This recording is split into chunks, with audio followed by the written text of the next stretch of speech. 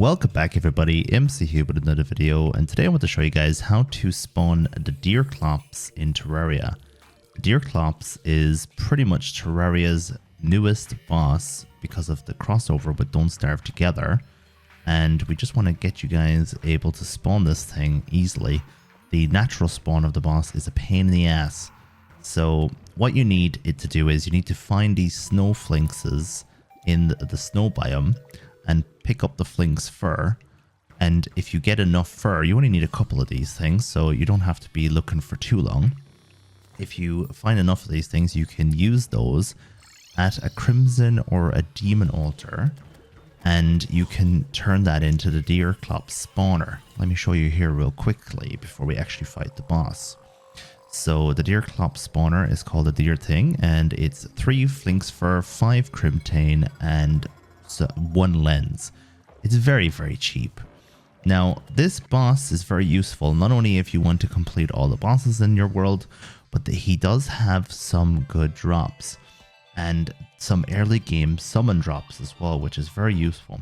An accessory that I'm actually using at the moment, which I won't be using during the fight, which is great against normal mobs, and it actually spawns hands that come out and attack the enemies around you. These little purple things that you can see.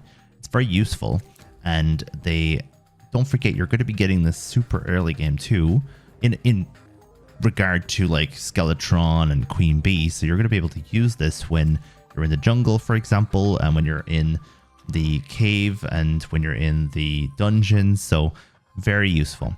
Now apparently you can use this spawner any time of the day. I personally use it at nighttime. You don't need to wait until 12 o'clock like the normal spawn. You don't need to wait for there to be a blizzard. You just use the spawner and he will spawn. And he's a little bit below me in this footage. He has a lot of health for this stage of the game. And in fact, I did mention that you can do this before you fight Queen Bee. You can still do that with the meteor armor, but I find that the bee's knees quite good against this guy. So I think maybe find him after the Queen Bee. Get the bee's knees first, because his health is... he's very tanky, let's just say that. Now he does a lot of slow attacks. He will slow you a lot.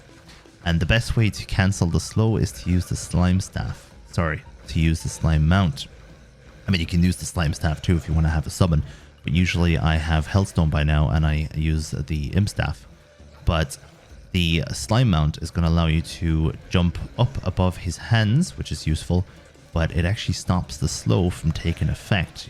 Even though you can't move left and right very quickly, you can still move up and down very quickly, and that is the most important thing when it comes to the negating of the slow attack.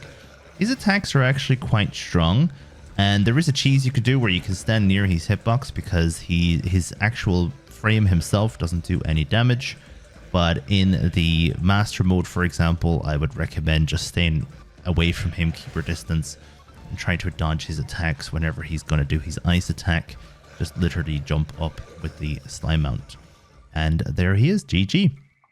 So the items, as I said, are quite useful. I've kind of gone a little bit beyond the items that he's going to drop, but I'm still going to open up this goodie bag and show you what we got in this instance. We got the Pneumatic Horn, and that is 21 range damage, very fast speed. Pity we have a slow version at the moment. And it turns normal bullets into random shite, and it has a very low range, so it's good if you're staying close to the enemy and you are not using a slow version, because the whole point of the thing is it shoots very quickly. But I personally wouldn't use it anyway. It's weaker than the meteor gun, and I would definitely have the meteor gun before fighting Deerclops.